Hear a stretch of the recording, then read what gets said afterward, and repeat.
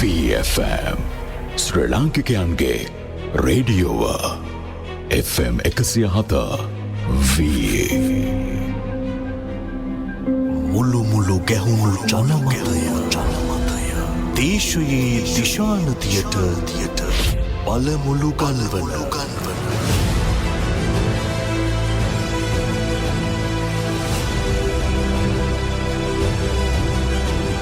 VFM සිද්ධ මුලින්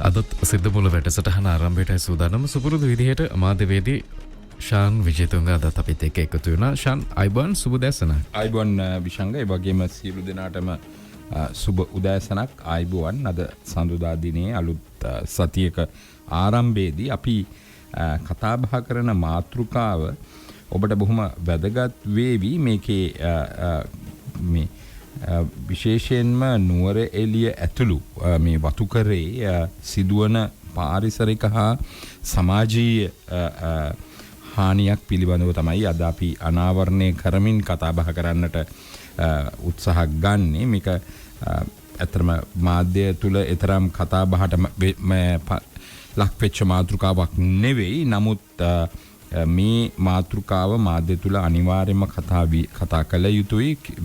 ඊට හේතුව මේ හානියත් එක්ක රටට ඩොලර් එන භෝගයක් විනාශ වෙලා යනවා. ඒ වගේම විශාල දැවැන්ත පරිසර හානියක් ඇති වෙනවා.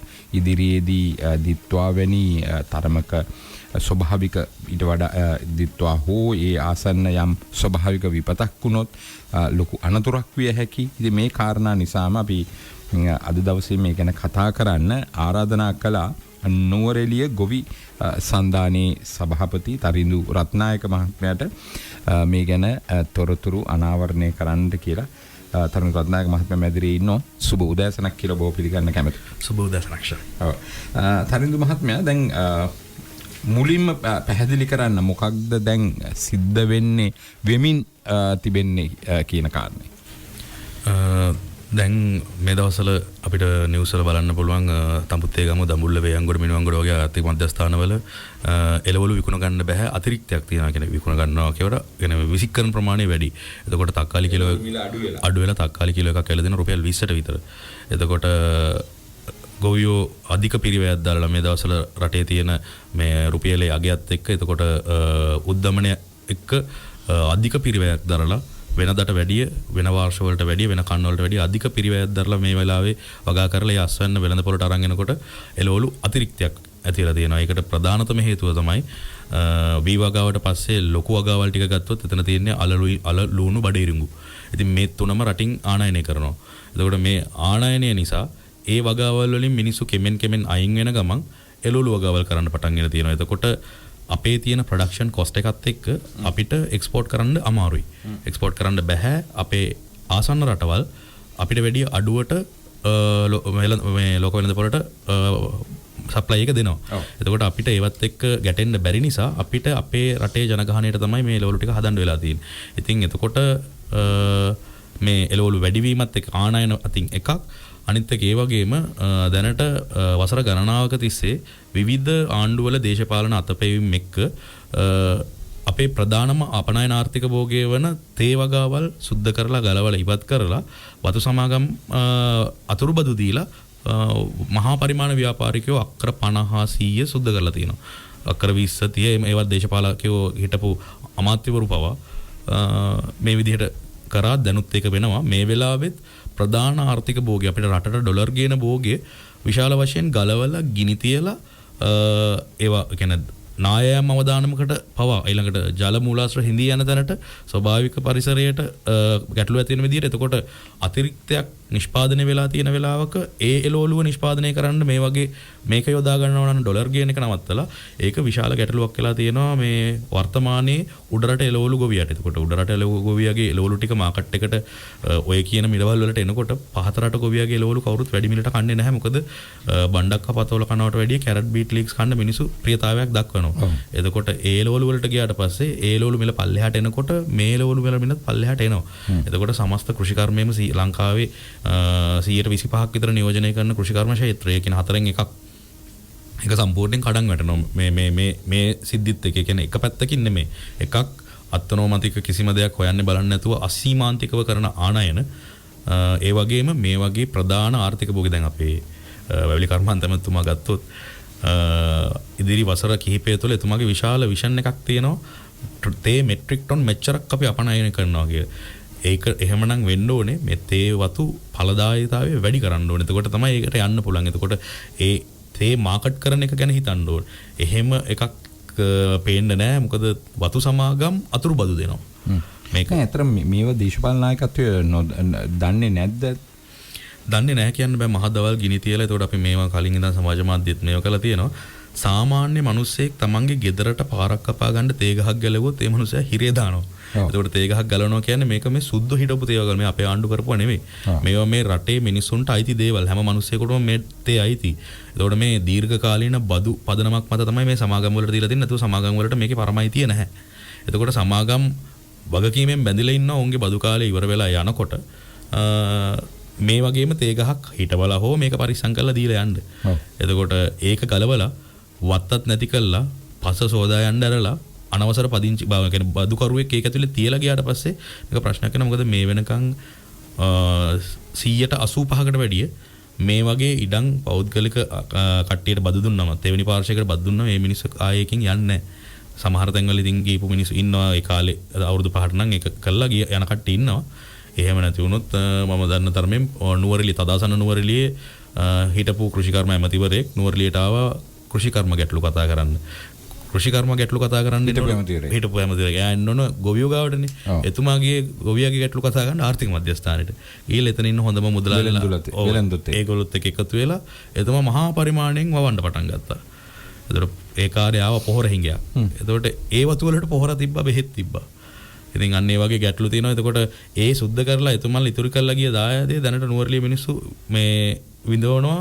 මොකද අපි අධික පිරිවැයක් දරලා තමයි මේක කරන්නේ. මොකද දැන් මේ වෙනකොට රුපියල් 5000ක් මේක අහගෙන ඉන්න මිනිස්සු පුදුම වෙනවා. ඇති රුපියල් 5000ක් වතු කම්කරු වැටුප. එතකොට මේ වෙනකොට දෛනික වැටුප රුපියල් 5000ක් ගෙවනවා අපි කම්කරුවෙකුට. මේ එළවලු වගාවේදී අපිට ගෙවන්න සිද්ධ වෙලා තියෙනවා. එකක් මේ මහා පරිමාණ මේ විදියට මිනිස්සු ඇවිල්ලා මේක ඇතුලේ මේ දේ කරනකොට ඒගොල්ලන්ගේ භාගයක්ම එළවලු වෙලඳාම ඉන්න කට්ටිය. එතකොට ඒගොල්ලන්ගේ භෝග ගැලවෙනකොට මිල තීරණය ගන්නේ වෙලෙන්දු. නුවරඑළිය අදටත් මිල තීරණය කරන දැන් කමිටුවක් දාලා තියෙන කමිටුව මමත් නියෝජනය කරනවා. ඒකේ අපිට පුළුවන් වෙලා තියෙන්නේ මේ වෙනකන් අවම මිලක් දාගන්න විතරයි. මිල තීරණය කිරීමේ අයිතිය ගොවියට නැහැ. වෙලෙන්දු 4-5 දෙනෙක් ආර්ථික මධ්‍යස්ථානයේ ඉන්න තමයි මිල තීරණය කරන්නේ. ඒක ඉන්න මැනේජර්ට මිල දීලා ඒක තමයි තාමත් යන ක්‍රමවේදය. එයාලා මිල තීරණය කරන්න කොහොමද කියලා අහුවොත් එයාලට දවසට එන කෝල් ප්‍රමාණය මත. එයාට කෝල් එකක් આવොත් අද කැරට් මිල කීයද කියලා තව රුපියලක් බහිනවා. ඒ වගේ දවසට එන කෝල් ප්‍රමාණය මත රුපියලක් නෙමෙයි. දවසට කෝල් වැඩියෙන් කැරට් වලට આવොත් කැරට් මිල බහිනවා. එතකොට ඉස්සරහට කැරට් ගලවන්න තියෙන කෙනෙක් නිකමට සමීක්ෂණයක් කරන කෙනෙක් අපේ ගම් වල ඉන්න ව්‍යාපාරිකයෙක් කැරට් මිල ගන්න කෝල් කරොත් ඒ කෝල් එකත් බලපානවා මිල අඩු වෙන්නේ. එතකොට තමන්ගේ භෝගේ ගැලවෙනකොට ඒගොල්ලෝ මිල වැඩි කරගන්නවා. එතකොට තමන්ගේ ගලවන ඒගොල්ලෝ ඇට දානකොට දන්නවා මම ගලවන්නේ මේ මිලට කියලා. එතකොට එයාට පුළුවන් රුපියල් 5000ට පඩි වැඩි කරලා ඒක කරගන්න. සාමාන්‍ය සාම්ප්‍රදායිකව පාරම්පරිකව ඉඩම් හිමි වැවිලි කරු නුවරඑළිය හිටපු කට්ටියට ඒක කරන්න බෑ. මොකද ඒගොල්ලන්ගේ භෝගේ ගලවනකොට මිල බොහොම පල්ලෙහා තියෙන්නේ. ඉතින් දැන් මේක අලුත්ම තත්ත්වය මේ රූපේ දැන් තේ වතු වල වැඩ කරන මේ වතු සේවකයන්ට රුපියල් 1750 දෙන්නෙත් බොහොම අමාරුවෙන් කියනවනේ. දැන් ඒකත් රුපියල් 200ක් ආණ්ඩුවෙන් දීලා තමයි 1750 කරලා තියෙන්නේ. දැන් මේ ආශ්‍රිතව ඉන්නෙත් බොහෝ විට මේ වතු කරේ ජීවත් වෙන ජනතාවනි.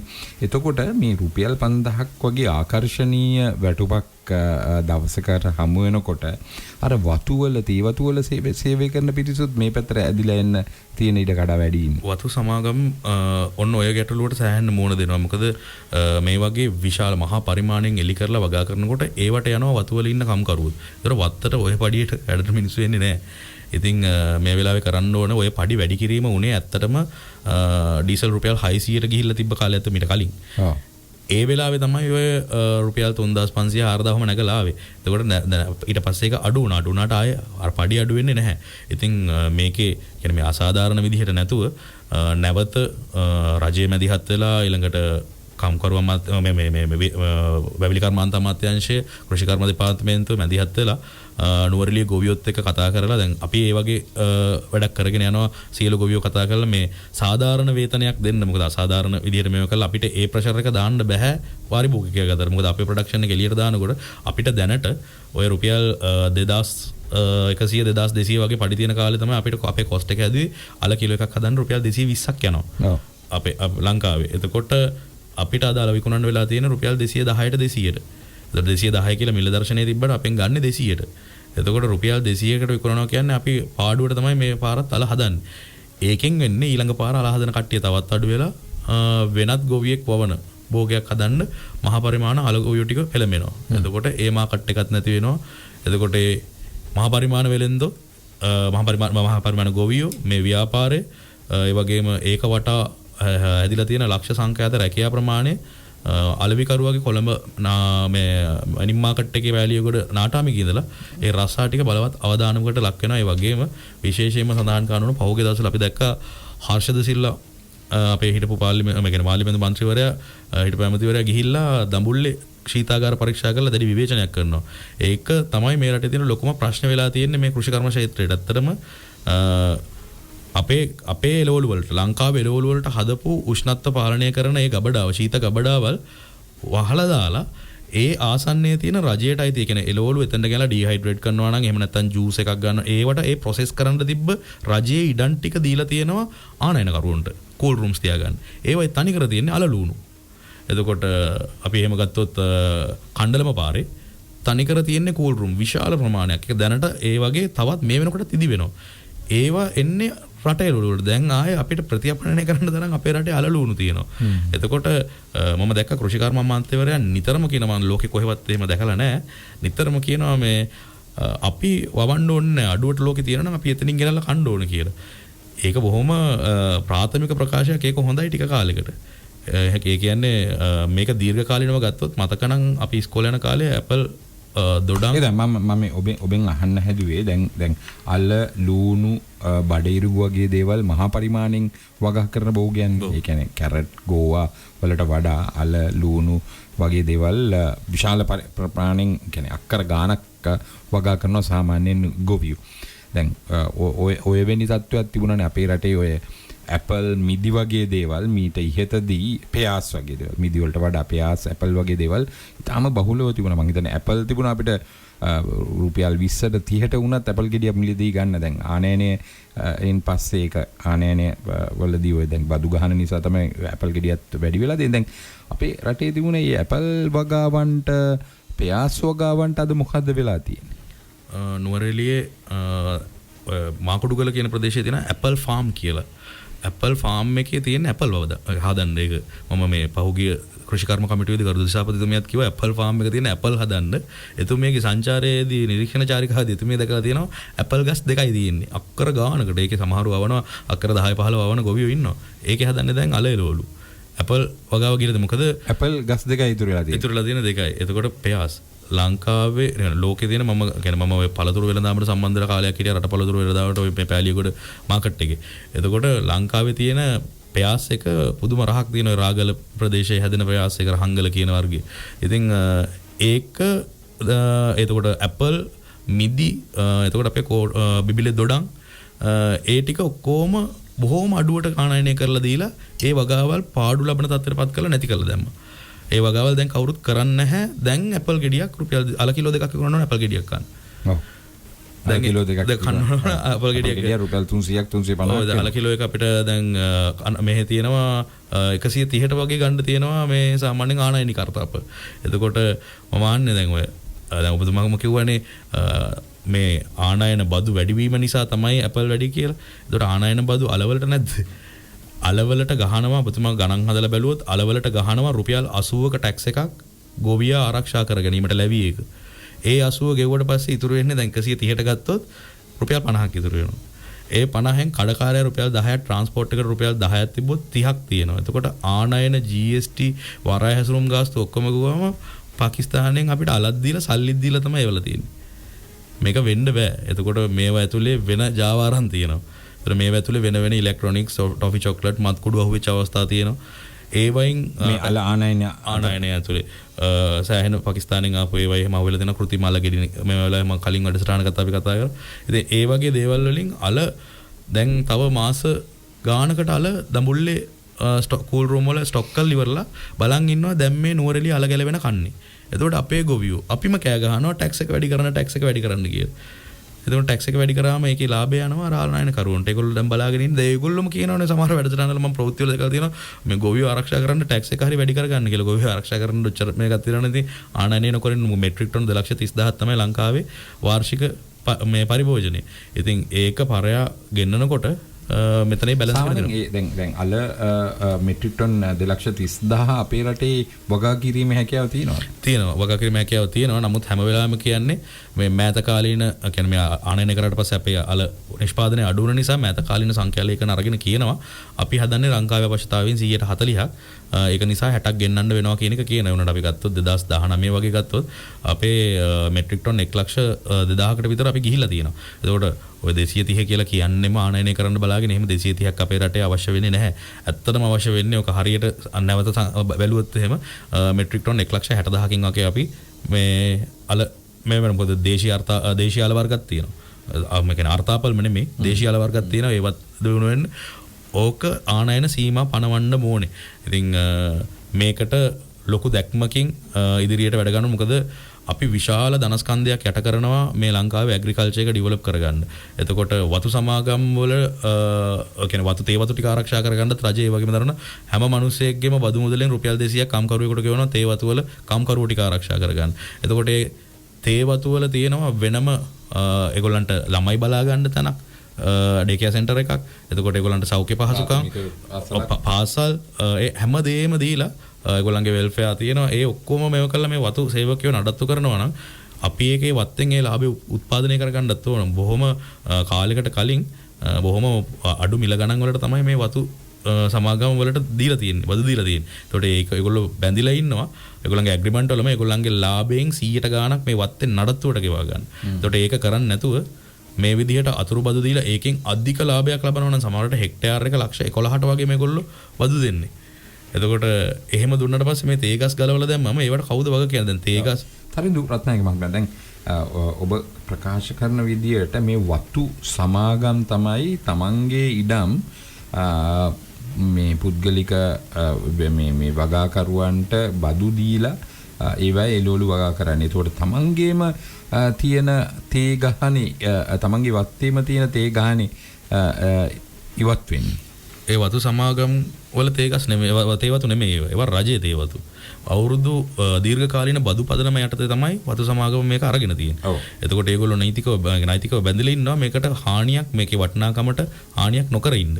එතකොට අතුරු බදු 57 තේ පනතට අනුව ගලවන්න බෑනේ. ගලවන්න බෑ. ඒකේ ප්‍රමාණයක් තියෙනවා. ඒ ප්‍රමාණය කියන්නේ මේන්ටේන් කරන්න වගේ නම් පුළුවන් පාරක් ඉදි කරන්න වගේ අවස්ථාව තියෙනවා. නමුත් තේගස් යම්කිසි ඉඩම් ප්‍රමාණයට ඊට වැඩි ගලවනවා නම් තේ මණ්ඩලයේ අවසර ටී බෝඩ් එකේ අවසරයක් තියෙන්න ඕන. ඉතින් අපි ටී බෝඩ් එකට කතා කරලා බලනකොට එහෙම අවසරයක් දීලා නැහැ. මේකට විතරක් නෙමෙයි මේ බිංගන්තලාව ප්‍රදේශයේ එතකොට මාකුඩුගල ප්‍රදේශයේ ඊළඟ මතුරට ශාන්තිපුර නුවරඑළිය තදාසන්න ඒ තේ වතු වලට විතරක් නෙමෙයි මේ කාලයක් තිස්සේ මේ කරගෙන යන කිසිම එකකට එහෙම තේගස් ගලවන්න කියලා අවසරයක් දීලා නැහැ. මොකද ඒක ගැලවුවට පස්සේ කොහෙන්ද රටට ඩොලර් එන්නේ?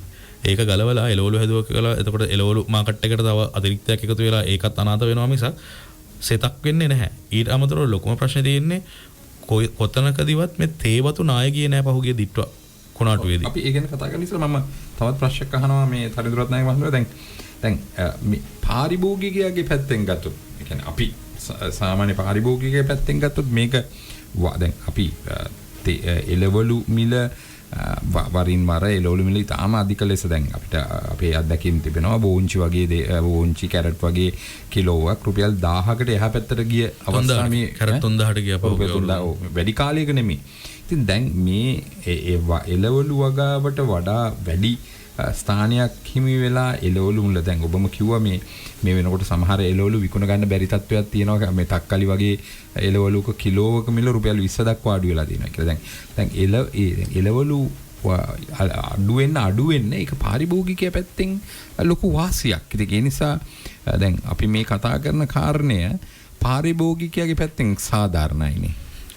ඔව් ඒක එහෙම බැලුවොත් පාරිභෝගිකයා පැත්තෙන් සාධාරණයි කිව්වට ආහාර සුරක්ෂිතතාවය කියන එක මේ නිෂ්පාදනයේ අර ප්‍රොඩක්ටිවිටි එක කන්ටිනියස්ලි එන්න නිෂ්පාදකයා ආරක්ෂා වෙන්න ඕනේ. එතකොට නිෂ්පාදකයා රුපියල් 100ක් ප්‍රොඩක්ෂන් කොස්ට් එක ගිහිල්ලා රුපියල් 20ට විකුණන්න උනොත් ඒ නිෂ්පාදකයා එතනින් කඩන් වැටෙනවා. එතනින් එහාට නිෂ්පාදනයක් නැති වුණාම එතකොට පාරිභෝගිකයාට මොකද වෙන්නේ? එතකොට පාරිභෝගිකයා ආරක්ෂිත නැහැ. පාරිභෝගිකයා කියලා ගත්තොත් නෝරෙලියදී නම් ඔය අලයි කැරටුයි ටික ඇරෙන්න අපිත් පාරිභෝගිකයෝ. මොකද අපේ කොස්දෙල් පොලොස්සත් අපේ ඇදෙන්නේ ගොයන් ගහක්වත් නැහැ නෝරෙලි. ඉතින් අපි හැමදේම ගන්න අපිත් සල්ලි වලට. එතකොට අපිත් පාරිභෝගිකයෝ. අපේ ප්‍රොඩක්ෂන් එකට හොඳ අපිට ලාභ ලැබෙන විදිහකට කියන්නේ අසාධාරණ නෙමෙයි. ලාභ ලැබෙන විදිහකට අපේ ප්‍රොඩක්ෂන් කොස්ට් එක කවර් වෙලා සාමාන්‍යයෙන් 100ට සාමාන්‍යයෙන් ව්‍යාපාරයක් ඉදිරි පිළිගන්නේ 130න් එහානේ ලාභාංශ තියෙන එකනේ අපි එහෙම නේ කරගන්නේ. ඒතකොට ඒ වගේ ලාභයක් අපිට තිබ්බොත් අපි බලනවා නවීන තාක්ෂණය මේකට එකතු කරගන්න. එතකොට අපේ ප්‍රොඩක්ෂන් කොස්ට් එක අඩු කරගන්න. මැෂිනරිස් වලට යන්න, අලුත් වෙරයිටිස් වල මේ සීඩ්ස් වලට යන්න. එහෙම ගිහිල්ලා අපේ ප්‍රොඩක්ෂන් කොස්ට් එක අඩු කරගන්න. එතකොට මේ වගාවට තවත් අය එකතු වෙනවා. එතකොට මෙතන මේ කියන්නේ තරගකාරීත්වයකුත් තියෙනවා. නමුත් මේක ලාභ ලැබුවොත් තමයි මේකේ රැඳෙන්නේ. නැත්තම් මේක අතහැරලා දාලා කැලෑවෙන්න ඇරලා යනවා. මොකද මේක වටා රැකිරක්ෂා බර ගාණක් තියෙන ඔය වතු පඩි වැඩි කරා කියලා එහෙම ලොකු දෙයක් වෙන්නේ නැහැ. ඔය වතු වල කම්කරුවෝ විශාල ප්‍රමාණයක් අවුරුද්දට ඒ කියන්නේ ඒගොල්ලන්ගේ තීවාලි වලටද පොංගල් වලටද මාසයකට කලින් වත්තර දැනුම් දීලා ඇවිල්ලා එළවලු වතු වල පඩි අරගෙන තමයි යන්නේ.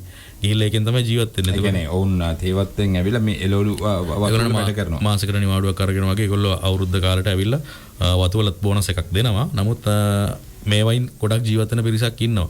ඉතින් බැලුවොත් නුවරඑළිය කම්කරුවන්ගෙන් කම්කරුවෝ ඇතුළු නුවරඑළිය ජීවත් වෙන නුවරඑළිය බදුල්ල දිස්ත්‍රික්ක දෙකේම ජීවත් වෙන විශාල ප්‍රමාණයක් ජීවත් වෙන්නේ මේකෙන්. ඉතින් අපි රැකිරක්ෂා විශාල ප්‍රමාණයක් නිර්මාණය කරලා තියෙනවා. රසායල්ලන්න මේවා දැන් ගත්තොත් නුවරඑළියේ ඒ එළවලු වගාවල් වල අර සාම්ප්‍රදායික අර එහෙම නූගත් කියන කොපියෝ නැහැ. ඇත්තටම කෘෂි ව්‍යවසායකයෝ ඉන්නේ. තරුණ රත්නායක මහත්මයා දැන් මේ වැඩසටහන අහගෙන ඉන්න අය ඔබ ඡායාරූපෙන් දකින්නේ නැහැ. මේ දවස්වල මේ අපි වීඩියෝ කරන්නේ නැති නිසා. ඉතින් හුඟක් අය බලනවා ඇති දැන් ඔබ ගොවියෙක් නමුත් ඔබ පාවිච්චි කරන වචන ආදී මේ ටිකක් මොඩ් ගොවියෝ. මොඩ් ගොවියෝ කියලා දැන් ඇත්තටම දැන් අර සර පාරම්පරික අර අපි දකින මේ නුවරඑළිය උනත් එළවලු ගොවියා කියන්නේ සරමක් ගහගෙන එහෙම අර මේ තමන්ගේ වගා බිම ආශ්‍රිතවම ජීවත් වෙමින් කරන අයනේ. දැන් ඊට අතේ වෙනස්ද? ඒ කියන්නේ දැන් ඊට වඩා ටිකක් තාක්ෂණයෙන් හෙබියා වූ ටිකක් උගත්කමින් අධ්‍යාපනය ලැබලා එහෙම ගොවීන්ද දැන් ඉන්නේ. දැන් මොකද මේ දැන් ඉන්නේ තරුණ දැන් අර ඔබලගේ තාත්තලගෙන් උරුමය ඇවිල්ලා දැන් අලුත් පරම්පරාවක් නේද මේ ගොවිතැනේ ඉන්නේ. ඔව් ඒක අතරම නුවරඑළිය ගත්තොත් ඉස්සල්ලාම මේක උනේ නුවරඑළිය තමයි. නුවරඑළිය ගොඩක් උගත් පිරිස වගාවට එන්න ගත්ත එක තමයි වෙන්න ඕන. දැන් හැබැයි තරුණයෝ මේකෙන් අයින් වෙනවා. අපි පුළුවන් තරම් ගොවි සංවිධානයක් විදියට අපි කියන්නේ ගොවියොන්ව මේකේ හැදලා කියන්නේ තරුණ පරම්පරාව මේකට ගන්න විශාල වැඩ කොටසක් කරගෙන යනවා. ඉතින් අලුත් නායකයෝ වෙනවා. ඒගොල්ලන්ව තියාගන්න මේක ඇතුලේ තියාගන්න. ඉතින් අපිව බලලා අපි විදියට ඉන්න පුළුවන් මේක හම්බ ගන්න පුළුවන් කියන එක අපි කට්ටියට දෙනවා. ඒ වුණාට මෙතන තියෙන ප්‍රශ්නේ ඒකට අපිට සපෝට් එක ගවර්න්මන්ට් එකෙන් අනිවාර්යෙන් ඕන කියන ආණ්ඩුවකින් ඕන. ඉතින් අපි කෘෂිකර්ම අමාත්‍යාංශයත් එක්ක එකතු වෙලා වැඩ කරන්න උත්සාහ කරන අවස්ථාවක කෘෂිකර්ම අමාත්‍යාංශය වගේ එකක් අපිට සපෝට් එක දෙනවා වෙනුවට මේ රස්සාව කියන්නේ මේ ඇග්‍රිකල්චර් කියන එක නැති කරන්න ක්‍රියාත්මක කරන එක තමයි ප්‍රශ්නේ. මොකද සාමාන්‍යයෙන් නුවරඑළිය කියන්නේ රටටම වාර්ෂිකව දිට්ටවලට අපිට හම්බුන ඇමරිකන් ඩොලර් මිලියන 37ක් අපිට ආධාර. ඇමරිකන් ඩොලර් මිලියන 37කට 37 හෝ ඊට වැඩි ප්‍රමාණයක් අපි වියදම් කරනවා වාර්ෂිකව ලංකාවට අල ගෙන්නන්න. ඒකට ඒක ඉතුරු කරන්න පුළුවන් ඒ 37 ඇමරිකන් ඩොලර් මිලියන 37ක් විතර වැය කරනවාද අපි මේ අල ගෙන්නන්න ඒ ප්‍රමාණය මේ වෙනවා. මොකද ලංකාවට අවශ්‍ය ප්‍රමාණය නෙමෙයි ගෙන්නන්නේ. දැන් මේ වෙනකොට අපේ රජයේ සතොස්ස වගේ තැන්වලට මේ මෙච්චර කාලයකට අපි දැන් මේ ලංකාවේ අල. එතකොට වත්මන් ආණ්ඩුව ආවට පස්සේ එතනට ආවේ රටාල.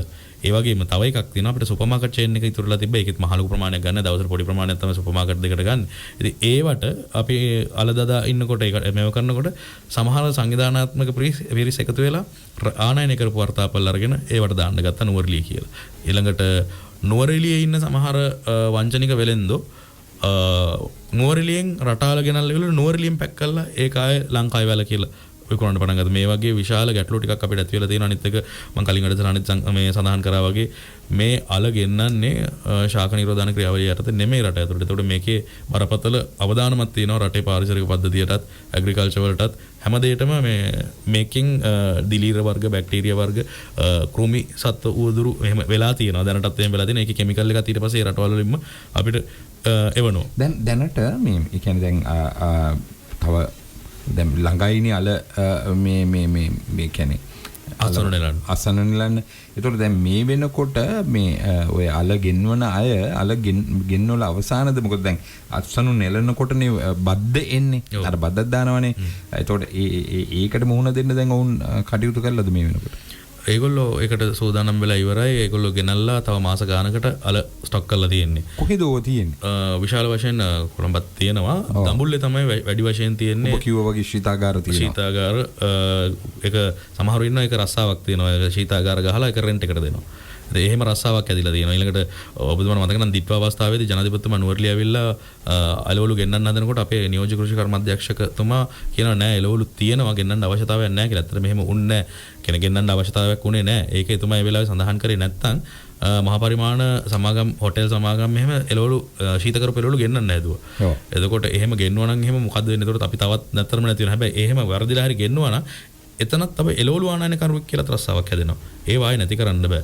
එතකොට ඒකෙන් වදින්නේ මේ කාලයක් තිස්සේ මේ කරන් ආපු එක. එහෙමනම් අපි කරන්න ඕනේ ඔය කෝල්ඩ් රූම්ස් ටික විවෘත කරගෙන එහෙම නැත්නම් අපිට ඉන්ඩිවිජුවල් ක්වික් ෆ්‍රීසිං තියෙන මේ IQF මැෂින් අපිට ගොවියොන්ට ගොවි සංවිධාන වලට ලබා දීලා ඒ ප්‍රොඩක්ෂන් එක අපිට කරන්න දුන්නොත් මොකද තීරුවල් තාප එතකොට ඔය මෑෂ් පොටැටෝස් ඒ වගේ රටින් ගෙන්නන දේවල් තියෙනවා. අපිට ඒ වගේ වැලියු ඇඩඩ් දේවල් කරන්න ගොවියෝ ටික හදාගත්ත. මොකද අපි ගොවියෝ එකතු කරපු සංවිධානයක් නේ අපි ගොවියෝ එකතු කරලා. කියන්නේ අපි අර කියන්නේ chips French fries French fries කියලා කන ඒ තීරු වර්තාපල් වගේ දේවල් අපිට ආනයනය කරනවා. විශාල වශයෙන් ඒක ආනයනය කරනවා. ඉතින් අපිට ඒ සප්ලයි එකවත් දෙන්න අපිට අවස්ථාව තිබ්බොත් ඒකට වැලියු ඇඩඩ් මොකද අපි මහා පරිමාණ ඔය ණය දෙන මේ ප්‍රෝග්‍රෑම්ස් බැංකු වලින් ඒතකොට රජ ආයතන වලින් ඇවිල්ලා 105 104 ණය දෙන්නේ. ඒතකොට මේ මිනිස්සුන්ගේ සල්ලිනේ මේ දෙන්නේ.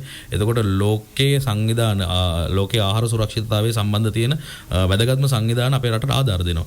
ඒ දෙන ආධාර ප්‍රෝග්‍රෑම් වලට ගියාම අපිට කියන්නේ ලංකාවට වැඩිම ආනයනය කරන දේවල් තමයි ඔයගොල්ලෝ හදන්න මේක ගන්න ඕනේ. එතකොට තමයි අපේ ජාතික ආර්ථිකය ගොඩට ගන්න පුළුවන්. ඉතින් අපි ලංකාවට වැඩි ප්‍රමාණය කරන කියලා අල හදන්න ගත්තට පස්සේ අර දීපු ණය මුදල ආධාර මුදලත් අපරාධේ. ඒතර රට ඇතුලේ තියෙන වාර්ෂිකව එළියට යන ඇමරිකන් ඩොලර් මිලියන 37ක් විතරත් අපරාධේ. අපේ කාලය ශ්‍රමය අපේ ආර්ථිකයේ ඒ ඔක්කොම අපරාධයවල මේක අර බැලන්ස් එකක් නැති කරන්නේ සාමාන්‍යයෙන් ඒ කාලවලට පත් වෙන ආණ්ඩුවලට ආනයනකාරයෝ සපෝට් කරනවා. ඉතින් ඒ මිනිස්සුන්ට ඊට පස්සේ මේගොල්ලෝ කෘතගුණ සලකන්න යනවා. ඒකෙන් වෙන්නේ නුවරඑළිය බදුල්ල බණ්ඩාරවල ඒ දිස්ත්‍රික්ක වගේම සමස්ත කෘෂි කර්මාන්තය කඩන් ගන්නවා. මොකද නුවරඑළිය විතරනේ බඩේරිඟු වලට දඹුල්ලේ ලූණු වලට ඔය හැමෝටම ඔය ප්‍රශ්න. මොකද දඹුල්ලේ ලූණු වවන්න නැතුව ඒගොල්ලෝ එළවලු වවන්න ගත්තම අනිත් පැතිවල එළවලු වවන පහතරට එළවලු ගොවියට ඒක මරු පහරක් වෙනවා. මොකද තක්කාලි කියන භෝගේ අල වවන්න බැරි වුණාම මේකට තක්කාලි වවනවා. තක්කාලි මිල අඩු වෙලා තියෙනවා. තක්කාලි මිල අඩු වෙලා තියෙනවා. ඒකට තක්කාලි මිල අඩු වෙනකොට අපි කරන්න ඕන මොකද්ද දැන් සෝස් හදන්න පුළුවන්. ඒ වගේ තියෙනවා. ඔය සෝස් වල වෙනම තක්කාලිකුත් තියෙනවා. නමුත් ඒ වගේ දේවල් වලට යන්න පුළුවන්. එහෙම එකක් නෑ. දැන් අපි ඉස්සර තිබ්බා මාකටිං ඩිපාර්ට්මන්ට් කියලා එකක්. ඒකෙන් හැදුවා ජෑම් හැදුවා සෝස් හැදුවා. ඒකේ කෙටි නාමය පාවිච්චි කරලා දැනටත් ඒ නිෂ්පාදනය වෙන පැත්තකට ගිහිල්ලා තියෙනවා. වෙන පෞද්ගලික මේකට ගිහිල්ලා. ඉතින් අර වගේ අර ඉස්සර මාක් ෆෙඩ් කියලා තිබ්බා. ඒ වගේ තැන්වලට ගිහිල්ලා මේක කියන්නේ ක්‍රමානුකූලව හදන්න ඕන දෙයක් මේ ඇත්තටම රට කොට දාන්න පුළුවන් මේ ඇග්‍රිකල්චර් වලින් ඒකට හරි නායකත්වයක් දෙන තැනක් ආවොත්. ඉතින් තරුණයෝ විදිහට අපිට පුළුවන් ගොවියෝ එකතු කරන්න දැනුවත් කරන්න. මොකද අපි කරපු දේවල් ආණ්ඩුණක් දැකලා ඉතින් මොකද එක දවසක් ඇතුළත මම දවස් 10න් මේක උනේ නැත්තම් මේව කරනවා රට පුරා උද්ඝෝෂණයක් ආර්ථික මධ්‍යස්ථාන වහලා අපි කරා. ඉතින් ඒ වගේ දෙයක් කරන්න පුළුවන් නම් ඇයි අපිට රට වෙනුවෙන් දෙයක් කරන්න බෑ? මේක අපේ රස්සාවනේ. ඉතින් අපි ලෑස්ති ඕනම වෙලාවක දේශපාලන නෙමෙයි ආණ්ඩුවත් එක්ක අමාත්‍යාංශත් එක්ක සාකච්ඡා කරලා මේක ප්‍රවර්ධනය කරලා රටෙන් එළියට යන ඩොලර්ස් ටික නවත්තලා රැකිරක්ෂා උත්පාදනය කරන්න අපි ලෑස්ති. ඉතින් ඒකට අපෙන් හරි ප්‍රයෝජනෙ ගත්තේ නැත්නම් තවදුරටත් මේ උගත් කියන ගොවියෝ නැති වෙයි. මේගොල්ලෝ අපිට ඕන තරම් ඔපචුනිටිස් තියෙනවා ලෝක වෙළඳපොළ අපිට යන්න පුළුවන්. මම කියන අනිත් එක ගෙන්නනවා නම් අර ඔබතුමා කිව්වා වගේ අඩුවට කන්න රටින් ගෙන්නනවා නම් කවුද කිව්වේ අල ලුණු විතරක් කෑවම මේ රට අඩුවට කෑවම දෙවුණු වෙයි කියලා. එහෙම මේව කන්න එකට හරි ප්‍රොඩක්ෂන් කොස්ට් එකක් ගෙවන්න ඕනේ. ඒක ගෙවුවම තමයි ඒක එන්නේ. මොකද අපිට දැන් අපි ෆෝන් එකක් ගත්තොත් ඒක ප්‍රොඩක්ෂන් කරන කට්ටියකට මිලක් කියලා තියෙනවානේ. ඒ මිල ගෙවන්න ඕනේ. එතකොට තමයි ඒක ඉස්සරහට කන්ටිනියස්ලි සප්ලයි එක එන්නේ. මේ වැඩි මිලක් නේ. එහෙමනම් රජයට තවත් පුළුවන් ප්‍රොඩක්ෂන් කොස්ට් එක බලලා උපරිම මිලකුත් දාන්න. ඉල්ලුම සැපෙවුම් මත දෝලණය වෙන්න අවම මිලක් උපරිම මිලක් දැම්මා උපරිම මිලක් දැම්මා මේක අධික ලාභයන් අනිත් එක ගොවියා හැමදාම දුප්පත්නේ. කෘෂිකර්ම ඇමතුමා ආපු ගමම කිව්වේ ඒකයි. ගොවියා හිඟන්න කියලා මම කොහොනේ තුම. ඒක මම නැති කරනවා කියලා තමයි කිව්වේ. ඒ වුණාට තාමත් වර්ධනය වෙන්නේ මේ අතරමැදියා. අල්ල කිලෝ එක අපි 210ට කියලා මම කියනකොට සමහර පුදුම වෙනවා ඇති. මෙහෙ විකුණන්නේ කීයටද කොළඹ. ඉතින් ඒකට රජෙන් අපේ ට්‍රේන් වල ගේන්න පුළුවන්.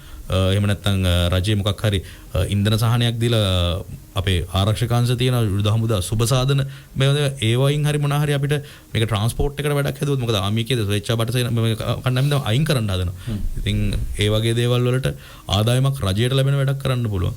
ඉතින් මේක දීර්ඝකාලීනව කතා කරලා කරන්න ඕන වැඩක් මම ආරාධනා කරනවා. ඉතින් මේ වගේ වැඩසටහනකදී අහගෙන ඉන්නවා නම් කෘෂිකර්මයට සම්බන්ධ නිලධාරීන් නැමැතිවරුන්ට දැනුමෙන් සන්නද්ධ නව තාක්ෂණයේ පිටිපස්සේ මේ ඩ්‍රෝන් වලින් බෙහෙත් ගහන මිනිස්සු අපේ සංවිධාන වල ඉන්නවා. අපේ ගොවි සංවිධානයේ මීටින් එකක් තිබ්බොත් ගරු දිශාපතිතුමියම දන්නවා අපේ තනිකර ලේටස්ට්ම වාහන ටික තමයි අපේ ඒජ් ඔෆිස් එක ඉස්සර නවත්තන්නේ. ඉතින් මේ මිනිස්සු දැන් ගොවිතැනෙන් අයින් වෙනවා. ඒගොල්ලෝ වෙන වෙන රටවල් වලට යන්න බලනවා. තමන්ගේ දරුවන්ට ගොවිතැන දෙන්න නැහැ. මගේ ගොවියෝ කියනවා මහත්තයෝ අපි මේක දුන්නොත් අපේ දරුවන්ට මේ රස්සාව දුන්නොත් උන් කවදාද අපිට සාප කරයි කියනවා. ඒ වගේ තැනකට ඇග්‍රිකල්චර් කියන එක අපේ රටට සාපයක් කරගන්න එපා. මේක මාර කියන්නේ ඔපචුනිටි එකක් මේක. හැමදාම මේ කියන්නේ මේක ව්‍යාපාරික ඇසින් බලන්න ඕනේ. මේක අර ව්‍යවසායක මානසිකත්වය මම හිතන්නේ ඉස්සලම ඇමතිවරයාගේ ඉඳලම තියෙන්න ඕනේ. හොඳයි අපි පුංචි විරාමයකට ගිහලා නැවතත් සම්බන්ධ වෙමු. අපි පටන් ගත්තේ වතුකරේ සිදුවන මේ පරිසර හා සමාජීය හානිය පිළිබඳව වතු බල තිබෙන තේගස් ඉවත් කරලා දැන් එළවලු වවන්න පටන් අරන්. හැබැයි එළවලු නිෂ්පාදකයාගේ ආර්ථිකයට ශක්තිමත් භාවයක් අවශ්‍ය සහයෝගයක් තවමත් නැහැයි කියන තැනින් තමයි අපි දැන් මේ වෙලාවේ මේ විරාමෙන් අවසන් වෙන්නේ. ඔබටත් පුළුවන් මේ විරාමෙන් පස්සේ සම්බන්ධ වෙන්න 700යි 26යි 76 01 700යි 26යි 76 විවෘතව තිබෙනවා.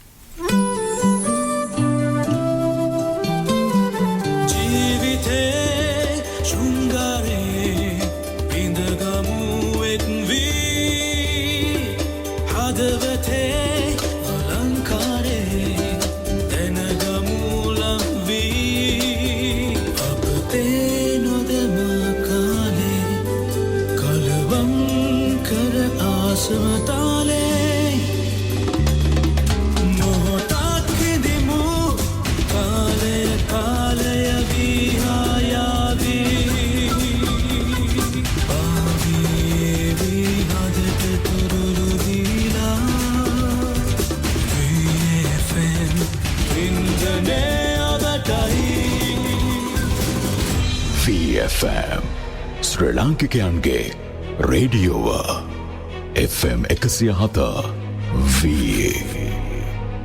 උදේ 7යි විනාඩි 35යි දැන්.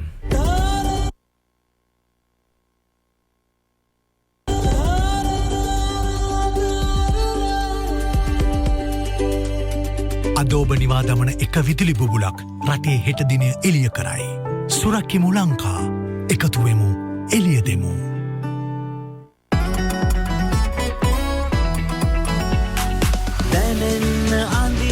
रिसिसे सलुतुलि सिल्लारे चमत्कारे तिलकवर्धन टेक्सटाइल्स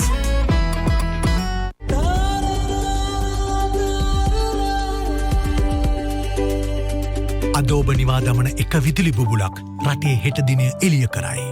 සුරක්කිමු ලංකා එකතු වෙමු එළිය දෙමු. කැරට් 22 තනිපවුම් රත්තරනින් නිම වූ ඔබ මෙතෙක් නොදුටු නවීන විලාසිතාවේ ස්වර්ණාභරණ ගෙවන මිලට නියම වටිනාකමකින් අරගන්න සොනිම්රෝ ජුවලර්ස් මාර්ගම සහ රත්නපුර.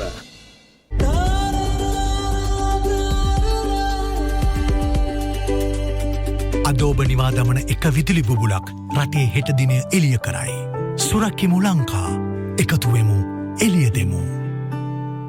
නවතම සුපිරි වෙළඳසල් ජාලයක අලුත්ම අත්දැකීම විඳ ගන්න. කසාකල සමූහ ව්‍යාපාරයේ වෙති කසාකල ග්‍රීන් සුපර් ශාකා මාතලේ අතුරුගෙරිය කඩුවෙල ගඩේමුල්ල නාරම්මල සහ ගම්පොළ.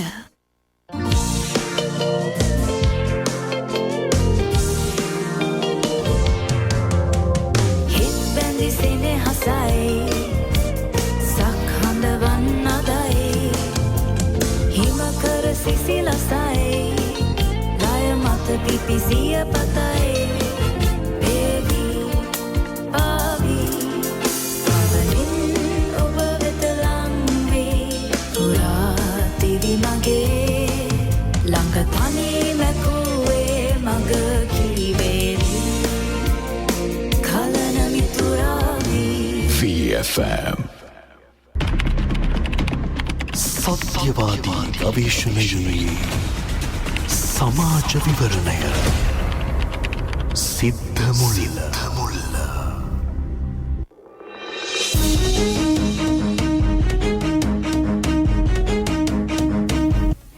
හොඳයි අද අපි කතා බහ කරන්නේ මේ වතුකරේ සිදුවෙන පරිසර හා සමාජීය හානිය ගැන විශේෂයෙන් මේ වෙනකොට තේ වතු වල තිබෙන තේ ගස් ගලවල එළවලු වගාවට වඩාත් මේවා බදු දීම හරහා සිදුවන තත්ත්වයන් ඒ වගේම පොදුවේ අල බීලුණු ඒ වගේම අනිකුත් බඩේරුමු වගේ වගා කරන ගොවීන් දැන් ඒක අතෑරලා වෙනත් භෝග වගා කිරීම සහ මේක ගොවිතැන අතහැර දැමීම කියන කාරණයක් එක්ක ඇති වෙලා තිබෙන තත්ත්වයන් අද අපත් එක්ක මැදිරියේ සිටිනවා නුවරඑළිය ගොවි සංධානයේ සභාපති තරිඳු රත්නායක මහත්මයා. අපිට ඇමතුමක් තිබෙනවා කුරුණෑගලින් අතුල හේමන්ත මහත්මයා. අපි සුබ උදෑසනක් කියලා ඔබතුමාව පිළිගන්නවා අතුල මහත්මයා. ඔබට පුළුවන් ඔබේ ප්‍රශ්න යොමු කරන්න. ඔබතුමාටත් සුබ උදෑසනක්. මට කෙටි කාලය තුල මම සංයුක්ත කරන්නම්.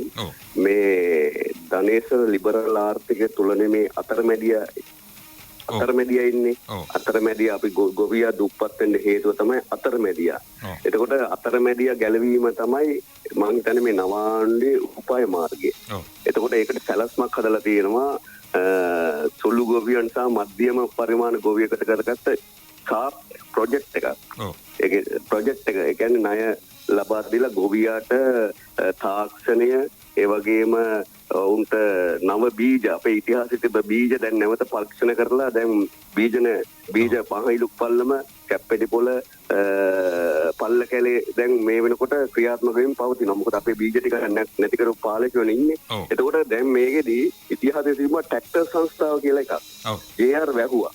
එතකොට අලවි දෙපාර්තමේන්තුව තිබ්බා. මොකද ඉතිහාසයේ තිබ්බ හොඳ මධ්‍යස්ථාන අලවි දෙපාර්තමේන්තුවෙන් තමයි ගොවියාගේ අත්යන්න ලබා ගත්තේ. අන්න එතනදී අතරමැදියා සිටියේ නෑ. ඉතිහාසය මතක් කරගමු. JR වහලා දැම්ම අලවි දෙපාර්තමේන්තුව. එතකොට මේවා තව අප්ඩේට් කරනවා වෙනකොට කරේ වහලා දැම්මා. එතකොට ඒ ලිබරල් ආර්ථිකය කියන්නේම අතරමැදියාට තමයි ලාභෙ ගොඩ ගැහෙන්නේ. උදාහරණයක් ගත්තොත් ඒවා තමයි අර MD සමාගම් වලට යන්නේ එහෙම. MD සමාගම බිහි වෙන්නෙම අන්න අතරමැදියා සූරා කෑමේ ප්‍රතිඵලයක් හැටියට. මම මේ බ්‍රෑන්ඩ් එක කෙලින්ම කියන්නම්. ඔය වගේ සමාගම් බිහි වුණා.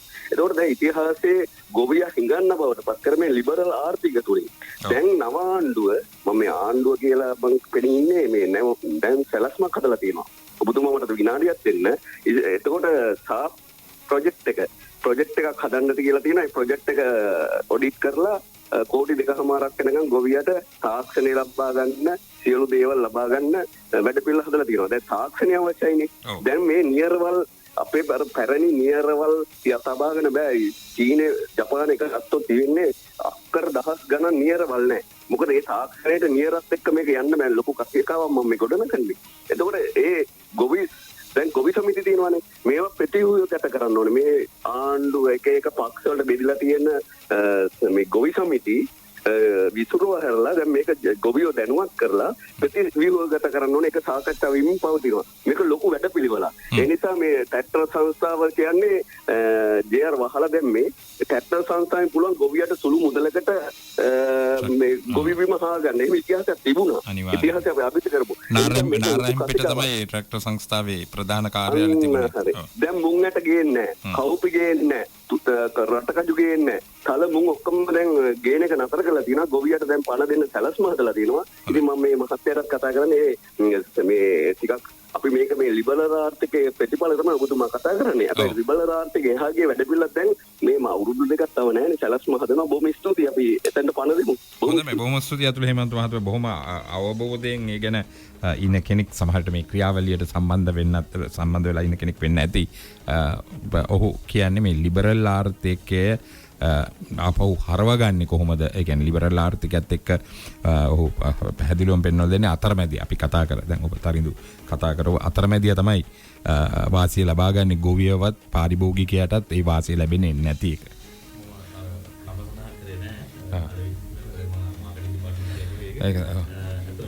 ඒ දේවල් ක්‍රියාත්මක වෙන්න ඕනේ. ඒ වගේම සැප් මේ ණය 105 මං කිව්වේ අපි ප්‍රෝග්‍රෑම්ස් වලට ගියාම එතන නෝර්ලි දිස්ත්‍රික් පාර්ලිමේන්තු මන්ත්‍රීතුමා හිටියා.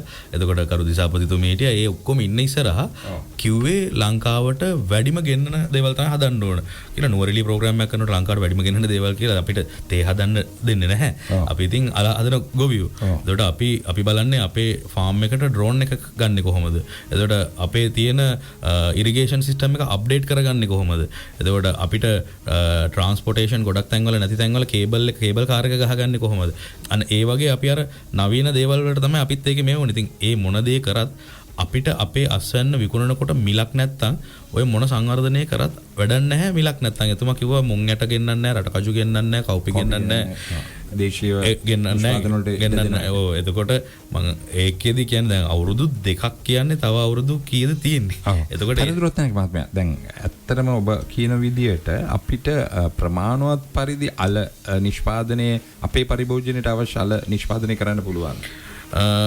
ඕක මේ කතා කරන්න මම ඇත්තම කෘෂිකර්ම අමාත්‍යාංශයට ගිහිල්ලා නියෝජ්‍ය කෘෂිකර්ම අමාත්‍යතුමාගේ ලේකම්තුමාත් එක්ක කතා කරනකොට එතුමාම පවා වැරදි වැටවීමක් හිටියා. මම හිතන්නේ දැනට කෘෂිකර්ම අමාත්‍යතුමාත් ඒ වැටහීම ඉන්නවා. ලංකාවේ අපිට අවශ්‍ය ප්‍රොඩක්ෂන් එක කරන්න බෑ, මදි ඒ ලෑන්ඩ්ස් නැහැ කියලා.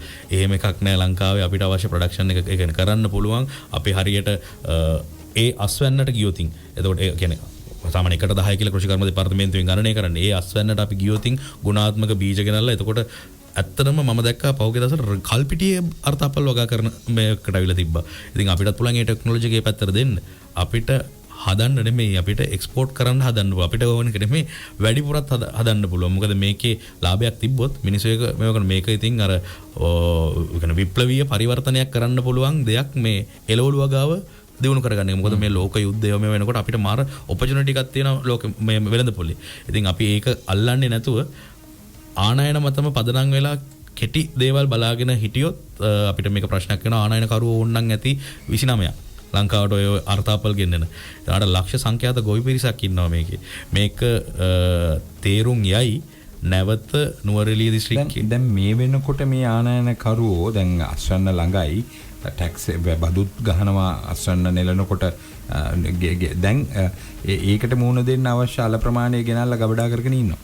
ඔව් ගබඩා කරගෙන ඉන්නවා. ඒක ආණ්ඩුවන දැන වෙන්නේ නැහැනේ. අපි කලින් මේක ජනාධිපතිතුමාට මේක දැනුම් දෙන්න කියලා වේ අපිත් එක්ක සාකච්ඡා කරපු නිලධාරීන් පවා අපිට කිව්වේ මේ නෑ මේක අපි මෙහෙම කරමු මෙහෙම හදමු කියලා විශාල මුදල් ප්‍රමාණයක් යට වෙලා තියෙනවා. මම අද දන්නතරමේ ජනාධිපතිතුමා නුවරඑළිය දිස්ත්‍රික් සංවර්ධන කමිටුවට පවා සහභාගී වෙන්න නියමිතයි. ඔතනදී බීජල අනිවාර්යෙන් ඔය අල ප්‍රශ්නේ කතා කරනවා. එතකොට පළවෙනිදට එනවා නේද? එතකොට එනවා.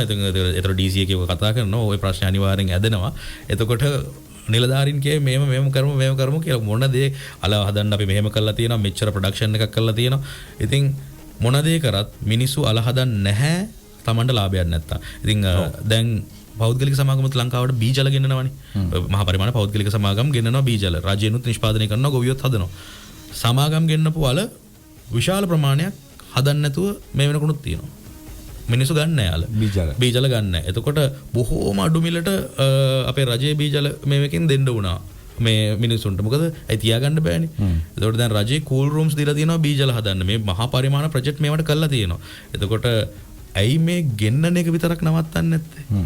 අපිට අපේ වැඩේ කරගන්න දුන්නා නම් ඒක මං කියන්නේ එකපාර මේ අර මේ පෝර කාබනීකරණය කරා වගේ කාබන් වගාවට ගියා වගේ යන්න එපා. අදියර 3කින් විතර ක්‍රියාත්මක කරන අවුරුදු 5ක වැඩපිළිවෙලකට ජාතික ප්‍රතිපත්තියක් වගේ හදලා ගියොතින් අපිට පුළුවන් එකපාරම අපිට ටාගට් එකක් දුන්නොත් මෙච්චර ප්‍රොඩක්ෂන් එකක් හදලා දෙන්න කියලා අපි ඒ ටාගට් එක කවර් කරනවා. හරියට මිලක් තියෙනවා නම් අර කියන්නේ මේ කංසව බණ්ඩ අවසර දුන්නා වගේ තමයි ගස් ගල් උඩත් මිනිස්සු අල හදනවා. ඔව්. මේ 0.12676 ඔබ වෙනුවෙන් විවෘතව තිබෙනවා. අද මැදිරියේ සිටින්නේ නුවර එළියේ ගොවි සන්දානයේ සභාපති තරිඳු රත්නායක මහත්මයා. තරිඳුත් එක්ක අපි කතා බහක් කරන්නේ මේ නුවර එළිය ඇතුළු මේ ප්‍රදේශවල තේ වගාව දැන් ගලවලත් ඒ වෙනුවට මේ එළවලු වගා කිරීම ඇතුළු ගැටලු ගැන ඒ වගේම අල ගොවීන් ලුණු ගොවීන් වගේ දේවල් මේ ඔවුන්ට ඇති වෙලා තිබෙන තත්ත්වය ඔවුන් මේකෙන් පිටව ඉවත්ව යාම ඒක අර කලෙක අපේ තිබුණු ඇපල් වගාව පෙයාස් වගාව දැන් නැත්තරම නැති වෙලා තියෙනවා. ඉතින් ඒ හත සමාන තත්ත්වයක් ඇති වේද කියන අභියෝගය ගැන තමයි ඔහු කිව්වේ. තරිඳු දැන් අපේ රටේ දැන් වගා කරනකොට දැන් වෙනත් රටවල් වල භාවිතා කරන රසායනික පොහොර ඒ වගේම ඕල්ට ගහන අනිකුත් රසායන ද්‍රව්‍ය ගත්තාම අපි සෑහෙන හොඳ තැනක ඉන්නවද අපේ ඒ කියන්නේ ඒ අතින් මම මේ අතුරු ප්‍රශ්නයක් ඔබෙන් අහන්නේ. සාමාන්‍ය අපේ කෘෂිකර්ම දෙපාර්තමේන්තුවේ ඔය ඇප්‍රූවල්ස් දෙන ක්‍රමවේදය කියන්නේ අනුමත කරන ක්‍රමවේදය ක්‍රියාත්මක වෙනවා යම් කිසි කාල පරාසයකට සැරයක් ඒගොල්ලෝ රැස්ලා මේ කෙමිකල්ස් වලට ඇප්‍රූවල් දෙනවා නැත්නම් ඒක අයින් කරනවා. ඒවා ටිකක් ඒකේ කාලේ වැඩි. කියන්නේ ඒගොල්ලෝ රැස් වෙන්න කාලය වැඩි. සෑහෙන කාලයකට සැරයක් තමයි රැස් වෙන්නේ. ඉතින් ඒ වගේ තැන්වලදී ඇත්තටම අපේ රට ඇතුළට ගෙන්නන්න දෙන්නේ සීමිත ප්‍රමාණයක් තමයි ওই කෙමිකල්ස්. නමුත් අපේ රටට ඔය එළවලු ගෙන්නන කියන්නේ ඔය මේ අලලුණු ගෙන්නන ඒ රටවල් වල පරිප්පු පව ඒ ක්වලිටි එක නෑ. එතකොට ඒවා තද ආසනික් කැඩ්මියම් බැරලෝහ එතකොට මේ විෂ දේවල් අන්තර්ගත කෙමිකල්ස් ඒ රටවල පාවිච්චි කරනවා.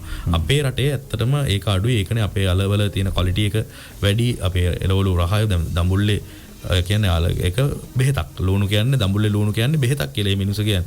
මොකද අර රට ලුණුත් එක ගත්තොත් දඹුල්ලේ ලුණු ඒ තැන තිබ්බ. ඉතින් ඒ වගාවෙන් මේ මිනිස්සු දැන් අයින් වෙලා. ඒකේ ගුණාත්මක භාවයෙන්. ඔව් ගුණාත්මක භාවයෙන් ලුණු කියන්නේ බෙහෙතක් කියනවා. ලෝකේ තියෙන හොඳම ලුණු වර්ගයක් තමයි දඹුල්ල ප්‍රදේශයේ තියෙන්නේ. මොකද ඒක මේ බීජ නිෂ්පාදනය කරගන්න ඉස්සර නම් නෝර්ලියට ගෙනල්ලා ඒගොල්ලෝ මේව කරගත්තා. දැන් නම් ඒගොල්ලන්ට ඒ අවශ්‍ය අර පාසුකම් තියෙන කූල් රූම්ස් අරමුණක් තියෙනවා. ඒක මම කියන්නේ මේක ඇත්තටම ලොකු වෙනසක් කරන්න පුළුවන් තැනක්. අර කෙටි කාලීනව ආනයන කරුවන්ට මේක දීලා මේ වගේ අඩුවට කාලා මේක හදන්න පුළුවන් කියලා හිතුවොත් මේක ලොකු ගැටලුවකට පත් වෙනවා. ඒ වගේම බඩේරුඟුත් මම දැන් ලංකාවේ කෘෂි කර්මාන්තයේ සෑහෙන ගොවි සංවිධානත් එක්ක අපි වැඩ කරනවා. මම දැකපු දෙයක් තමයි ගොවි නායකයෙක් විදියට දැනකට ගියාම මම විතරයි මං හිතන්නේ මේ තරුණයෙකුට ඉන්නේ. ඔක්කොම වයසක මිනිස්සු ටික විතරයි ඉන්නේ. අපි ගිහිල්ලා පුළුවන් තරම් උත්සාහ කරනවා මේ අනිත් පිරිස මේක වට රැස් කරගන්න. ඉතින් අපි සෝෂල් මීඩියා වල පවා අපි උත්සාහ කරනවා මේක කරලා ඉදිරියට තරුණයෝ මේක රඳව ගන්න. හොඳයි. තවත් අමතුමක් තිබෙනවා. සුබ උදෑසනක් ඔබට. අමතුමක් ගත්තට පස්සේ රැඳිලා ඉන්න ඔබ සම්බන්ධ කරගන්න එකක් හොඳයි. ඒකම තරුණරත්නගේ මහත්මයා දැන් අපි මූලිකව කතා බහ කරේ මේ වතු කරේ තේ ගස් ගලවලා ඒවා වෙනුවට එළවලු වගා කියන. දැන් මේක එක්තරා විදියකින් පරිසරමයම හානියක්.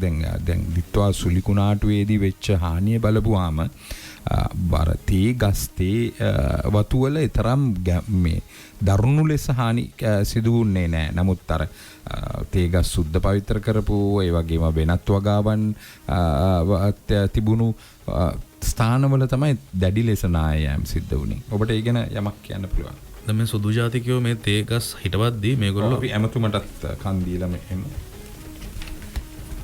සුබ උදෑසන. සුබ උදෑසන සිද්ධමුල්ල. ඔව්. හොඳයි. ඔබතුමාගේ නමක් කියලාම සම්බන්ධ වෙන්න පුළුවන්. මම අරුණ ගුණසිංහ. මම මහනුවර දිස්ත්‍රික්කේ ඉඳලා කතා කරන්නේ. මට පොඩි දෙයක් මතක් කරන්න ඕනේ මෙතන. පොඩ වැඩසටහනක් ආරම්භ වුණා. ඒ පිළිබඳව ඇමතිතුමා පවා බොහොම උනන්දුවෙන් කටයුතු කරා. නමුත් දැන් ඒක ක්‍රියාත්මක වෙන්නේ එකක් තමයි ඇත්තේ. මොකද යලකන්නේ අතුරු භෝග වගා කිරීම මේ අඩු ජලයක් තියෙන වැව් වලින් අතුරු භෝග වගා කිරීම සඳහා වැඩසටහනක් පටන් ගත්තා. ඒ කියන්නේ කව්පිමුන් වගේ අතුරු භෝග එක මාස 3කට අඩු කාලයකදී අසනු නෙලා ගන්න පුළුවන්. ඒ වගේ වැඩසටහන් ක්‍රියාත්මක වෙන්නේ. අනිත් එක තමයි මම කාලක් රැකියාව කරා කුරුණෑගල ප්‍රදේශයේ ඒ විශාල ප්‍රමාණයේ පොල්වතු තියෙනවා. හරියට පොහොර දාලා සත්කාර කරන්නේ නැති. දැන් මේ වැඩසටහන මේවා දේශපාලනේ අපි මේ රජය ලබා ගන්න කාලේ ප්‍රසිද්ධිය කියපු දේවල් මේ පොල්වතු වලට පොහොර ලබා දීලා යම් කළමනාකරන ක්‍රමවේදයක් හදනවා කියලා. ඒ තියෙන පොල් ගස් ටිකට පොහොර දැම්මොත් අපේ ලංකාවේ කවදාවත් පොල් ගියක් ඉන්නේ නැහැ. පොල් වලින් කොච්චර ආදායමක් තියෙනවද බලන්න. කොහොම කර්මාන්තේ වහ විශාල ආදායමක් කුරුණෑගල ප්‍රදේශයේ. ඉතින් ඒ වගේ දේවල් දැන් අමතක කරලා තියෙනවා රජය. ඒ නිසා මේ ගරු ඇමතිවරුන්ට ඒ වගේම මේ රජයේ ක්‍රියාත්මක කුෂ්කරන දෙපාර්තමේන්තුව ඇතුළු කුෂි ව්‍යාපාරයේ මෙහෙවන සියලු පිරිස් වලට මතක් කරන තමන් දීපු පොරොන්දු මත ඒ කටයුතු කරගෙන යන්න කියලා. හොඳයි. බොහොම ස්තුතියි අරුණ ගුණසිංහ මහත්මයා. නුවර ඉඳන් කතා කරේ. නමුත් ඔහු අර යලකන්නේ අතුරු භෝග වගා කිරීම ගැනත් ඒ වගේම පොල් වතු සංවර්ධනය කිරීමට කටයුතු කිරීම ගැනත් ඔහු මතක් කළා රජයන් මේවට වහවහ උනන්දු විය යුතුයි කියලා. අපි පොඩි කාලේ ඉගෙන ගන්න ප්‍රධාන අපනයන භෝග කියලා තේ පොල් රබල් කියලානේ. ඉතින් අර ඒ රටට ඩොලර් කියන ඒ භෝග ටික විනාශ වෙලා යනකොට ඕකම තමයි දැන් මේ වතු සමාගම් වල කියන්නේ ඔය පාලන අධිකාරියේ ඒගොල්ලන්ට මේ වත්තක් කෑල්ලක් බදු දෙන්න ඕන නම් ඒගොල්ලෝ ඒක නිග්ලෙක්ට් කරලා දානවා. ඒක මේ නඩත්තු කරන්නේ නැතුව තේදළු කඩන්නේ නැතුව ඒක පාළු වෙන්න හරිනවා. ඊට පස්සේ ඒගොල්ලන්ගේ හෙඩ් ඔෆිස් වලට ලියලා මේක අපි බදු දෙමු කියලා බදු දෙනවා. ඉතින් මේක එකතන අවසරයක් තියනවද උන්ට බදු දෙන්න? අතුරු බදු දීමක් එහෙම කරන්න බෑ. මොකද මේක රජයට අයිති ඉඩම්. මේගොල්ලෝ මේක නීතිමය වශයෙන් හෙව්වොත් බරපතල පරම අයිතිය තියෙන රජයට. ඒ කියන්නේ මේක රටේ මිනිස්සුන්ගේ මේවා මේක. හොඳයි. තවත් අමුතුමක් තිබෙනවා. සුබ උදෑසනක් ඔබට. සුබ උදෑසනක්. සුබ උදෑසනක් මේ මම විමර්ශකයෙක් ඇස්සේ දෙකකට කතා කරන්නේ. ඔව්. මේ ඇත්තටම මේ අපිට අර මේ ඉස්සරහ කාල් මාක්ස් ලෙනින් යුගයේ වගේ අර ගොවිපල්ලාසිකයකට හෝ රාජ්‍ය ව්‍යවසාය සංකර්ම ඒකමයකට යන්න බෑ. මොකද අපේ රටේ අපි අත්දැක්කව රාජ්‍ය ව්‍යවසාය වල තිබිච්ච බංකොලොත්තු භාවය ඇති වෙන්න හේතු මොනවද කාරණේ. එතකොට ඒ බංකොලොත්තු තුනේ විශේෂයෙන්ම ඒ රාජ්‍ය සේවකීන්ගේ ඒ රාජ්‍යයන්ගේ මේ මැදිහත් වීමෙන් සමහර දේවල් ව්‍යවසාය විනාශ වෙලා ගියා. නමුත් පුද්ගලයෝ හැටියට සමිතනි මේ පෞද්ගලික පොඩි අය පවා මේ දේශීය නිෂ්පාදන වලට යොමු කරන එක අපේ රටටත් වාසිදායකයි. ඒ වගේම අපිට හොඳ ආහාර වේලක් හොඳ නිෂ්පාදන ක්වොලිටිස් අපිට ගන්න පුළුවන්. එතකොට රජයේ කියනවනේ සැලසුම් මේ සියල්ල සඳහා ඒ සැලසුම් ඇතුව ඒ වගාවල් අනිකුත් ඔය නිෂ්පාදකයේ නිර්මාණකරුවන් දීර්ඝගැනීම් කරන්න තවම ලංකාවේ මේ රජයන් වාත් අය කටයුතු කරලා නැහැ. දැන් ඔය සමහර නිර්මාණකරු ඉන්නවා ලෝකෙටම ලක්ෂණ නිර්මාණ කරන්න පුළුවන් අය. නමුත් ඒවට රජයකට තියෙනවා සැලසුම්. ඒ දේවල් දැන් පොල් වගාව ගත්තොත් පොල් වලින් රා ටිකක් හොඳ රා ටිකක් ගන්න, පොල් විනාගිරි ටිකක් ගන්න, පොල් හකුරු ටිකක් ගන්න. ඒ දේවල් දැන් නැත්තරම නැති වෙලා ගිහිල්ලා තියෙනවා. හොඳයි. බොහොම ස්තුතියි. බොහොම ස්තුතියි හිටියාච මහත්මයා. මතක් කරන කාරණා ඇත්තටම නිවැරදි. හොඳයි. හරිද අපි කතා බහ කරමින් හිටියේ දැන් මේ තේ ගස් ගලවලා මේවා මේ නැවතත් බදු දෙන්න. ඒ කියන්නේ අර ඒ ඔවුන් දැනටමත් දීර්ඝකාලීන බද්දර තමයි වත් අරගෙන තියෙන්නේ. ඒතර අතුරු ලෙස බදු දීම් කරන්න උන්ට අවසරයක් තියෙනවද? මේවා නීති විරෝධීනේ අතරම. අතරම මේක නීති විරෝධී. ඒ කියන්නේ ඒක අනිත් තේ ගස් ගලවන්නත් බෑ මේ. මොකද සුදු හිටපු ගස් මේ අපි කියන්නේ සුදු ජාතිකයෝ හිටපු ගස් මේ තේ ගස්. ඒතර මේකේ නෙත්ති කාණු දාලා තියෙනවා, නිර කාණු ඒ නම් මේවට පාවිච්චි කරන. ඒතරේ සෝදාපාලුවෙන් අවම වන විදිහට තමයි ඒ තේ වගාව සුද්ධ කරේ. ඉතින් ඒකම තමයි මේන්ටේන් කරගෙන කියන්නේ. ඒ කාලේ උනේ ඒ විදිහට. ඉතින් ගල් වැටි බැඳලා ඒ දේවල් ඒ විදිහට මේන්ටේන් කරගෙන ආවනම් මේ දිට්ඨ අවස්ථාවේදී ඇත්තම බලන්න හැමෝම දන්න දෙයක් තේවතු ගොඩක් නායකයෙක්ගෙන් ගැලවුණේ ඔන්න ඔය හේතුව නිසා. ඉතින් ඊළඟට නුවරඑළිය වගා කරනකොට හෙල්මලු ක්‍රමයට තමයි වගා කරන්නේ. හෙල්මලු ක්‍රමයට වගා කරද්දී ගල් වැටි දිකිරීම එතකොට මේ කාලයක් තිස්සේ මේ පාංශු සංරක්ෂණ ක්‍රම වලට මේ ගොවියෝ ගිහිලා දෙනවා. මොකද ගොවියෙක් නම් ගොවියා දන්නවා ඉස්සලා මූලික දේ අපි ආරක්ෂා කරගන්න ඕන දේ පස. පසේ තියෙන උඩ හිව්මස් තට්ටුව ගියොත් අපිට ඒ වගාව කොච්චර පොහොර දැම්මත් කරන්න බෑ. අපි ඒක ආරක්ෂා කරගෙන තමයි මේ රස්සාව දිගින් දිගට කරගෙන යන්න ඕනේ. ඉතින් තේව අත්තක් අරගෙන ඒකට ඩෝසර් දාලා ඔය මහා පරිමාණයෙන් එලි කරලා ඒක කරගෙන යන වගාවේදී ඔය දේවල් වෙන්නේ නැහැ. අනිත් එක මේ ඕගල් වැටි දාලා ඒ වගේ දේවල් කරලා තිබ්බ එක නෙත්ති කාණු නෙර කාණු කුට්ටි කාණු කපලා තිබ්බ එක ඒක ඩෝසර් කරලා නැති කරලා තමයි ආයේ මේ එළවලු වගාව දාන්නේ. අනිත් එක එළවලු වගාවක් දැම්ම මාස 3න් 3ට මතු පිට පස් තට්ටුව කඩනවා හැම වෙලාවෙම. මේක හේදී යනවා. අර දීර්ඝකාලීන භෝගයක් දැම්මොත් මම කියන්නේ ඒක පාඩු නම් එතන වැටෙන්න ඕන රවත් ඒ වගේම එකක් නේද. මාස කියන්නේ දීර්ඝකාලීන භෝගයක් වෙන්න ඕන. රටට ඩොලර් ගේන්න ඕන. අන්න ඒකම වෙන්න ඕනේ. එහෙම තියෙද්දි මේක තවත් රටක් විදිහට අපි අර උඩින් ඉඳලා අපි කියන මේ ප්‍රශ්නේ අපි බලන්න ඕනේ හෙලිකොප්ටර් view එකෙන්. එතකොට තමයි මේක විසඳන්න පුළුවන්. නැතුව අර පොඩි එදා වේල ටුවර්ස් වගේ ගියාම මේක කරන්න බෑ. එතකොට ඒකට නායකත්වය දෙන්න මම හිතනවා කෘෂිකර්ම ඇමතිතුමාට වඩා මම හිතන්නේ මේ ගැන හොඳ දැනුමක් තියෙනවා ගරු ජනාධිපතිතුමාට. ජනාධිපතිතුමා හිටපු හොඳම ලංකාවේ හිටපු කෘෂිකර්ම ඇමති කෙනෙක්. පශු සම්පත්තා හිටපු කෘෂිකර්ම ඇමති අපේ මිල්කෝසම හයිලන්ඩ් එකේ ලාභ තියලා ගියපු මොනස්.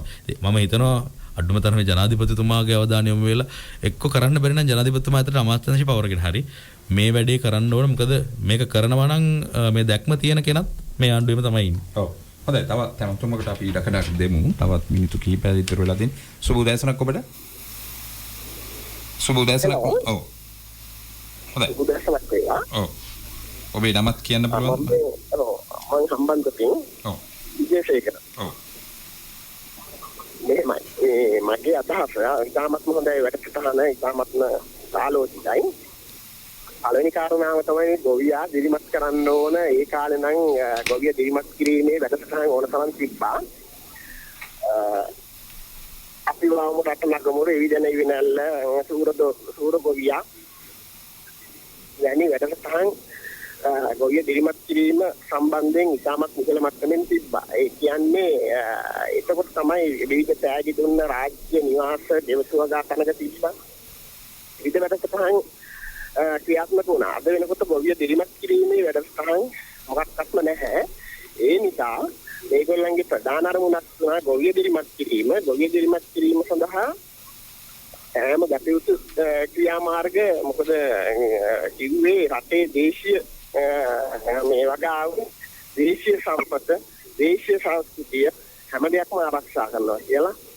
මේ වෙනකොට ඒවා හරියට ක්‍රියාත්මක වෙන්නේ නැහැ. ඒකයි මගේ අදහස. හොඳයි බොහොම ස්තුතියි විජේසේකර මහත්මයා. විජේසේකර මහත්මයා කියන්නේ අර දේශීය ගොවියා ආරක්ෂා කිරීම ගැන කතා කරපු රජය තවමත් ඒ ගැන හරි අවධානයක් යොමු නොකිරීම ගැන ඔබත් දිගින් දිගටම මතු කළේ. ඒ කාරණේ අපිට මිනිත්තු 3ක විතර කාලයක් ඉතුරු වෙලා තියෙන්නේ. දැන් තරිදු ඇත්තටම දැන් මේ ඒ කියන්නේ මේක මහා පරිමාණයෙන් සිදුවන කටයුත්තක්ද මේ තේ වතු වල මේ ආකාරයෙන් දැන් මේ සම්බන්ධයෙන් විරෝධය පළ කිරීම සිද්ධ වෙලා නැද්ද? දැන් රජයේ නිලධාරීන් ගිල මේවා සොයා බැලීම් කරන්නේ නැද්ද? මේක ඇත්තටම සමහර වෙලාව අවස්ථාවල ගිහිල්ලා රජ නිලධාරීන් මේ සමහර මේ ඉඩම් දැන් අපි ගත්තොත් බිංගන්තලාව ප්‍රදේශයේ වෙන ඉඩමම දිසාපතිතුමිය ගිහිල්ලා මේක කරන්න එපා කියලා වෙලා තිබ්බ කලින් කරමු කෙනාට. ඒ කලින් කරපු එකේ විරෝධතාවය හදපු කෙනා එතනට ගමේ මිනිස්සු රැස් කරලා මේ විරෝධතාවය කරපු කෙනා ඊට පස්සේ ගිහිල්ලා ඒක පටන්ගෙන තියෙනවා. එතකොට අර මිනිස්සයාට නීතිය ක්‍රියාත්මක වුණා, දැන් නීතිය ක්‍රියාත්මක වෙන්නේ නැහැ. එතකොට ඒ දැන් කරන අය සමහර ඉඩම් වල කරන අය ඇත්තටම මේ බුද්ධ්‍යංශයෙන්ම බලන්න ඕන මේ නිකන් අර වතු කර පාතාලයක් වගේ එකක් හදාගෙන ඉන්නවා. එතකොට මේ පැති වලට කාටවත් යන්න බෑ වගේ එකක් තියෙනවා. බින්ගන්තලාව මේ ඔය ඒ වත්ත නූරි වත්ත වගේ වෙන්න යනවා. ඉතින් මේවා බලන්න මොකද අධික මුදල් කන්දරාවක් වටේට බෙදාගෙන එහෙම කරන අවස්ථාවල් තියෙනවා. මොකද මේක වගාවකට වැඩිය කළු සල්ලි සුදු කරන ස්වභාවයක් වෙනවා. මොකද අපිත් වගා කරන මිනිස්සු. අපිට තේරෙනවා මේකෙන් මෙච්චර වියදම් කළා කොහොමද ලාභ ගන්න කියලා. ඒතකොට මේක අවුරුද්දකට නම් බදු ගත්තේ ඒ අවුරුද්දක් ඇතුළත මේ කෝටි 10ක විතර ප්‍රමාණ කොහොමද රිකවර්